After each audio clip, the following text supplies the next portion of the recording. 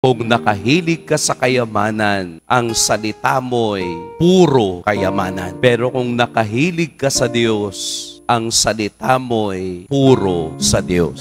Madali namang malaman kung ang isang tao'y mukhang pera. Di po ba? Walang gagawin kung hindi. Bayaran mo na lang yan. Magkano ka ba? Kano ba yan? Parang lahat ng galaw. Gusto niya may pera kasi may pera siya. Pero ang ebanghelyo'y nag-aanyaya sa lahat sapagkat ininuturing na mahalaga ng mga tao ay kasuklam-suklam sa paningin ng Diyos.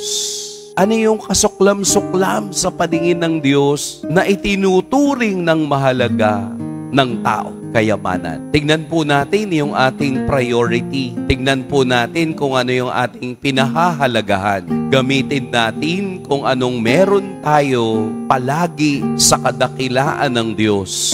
Diyos ang una, Diyos ang mahalaga dahil babalik at babalik tayo sa tahanan ng Diyos at hindi sa bigat ng kayamanan. Lahat ng iyan ay ating maiiwanan. Mas mahalagang mayaman tayo sa paningin ng Diyos dahil sa ating pagtitiwala at pananampalataya sa Kaniyang walang hanggang pag-ibig.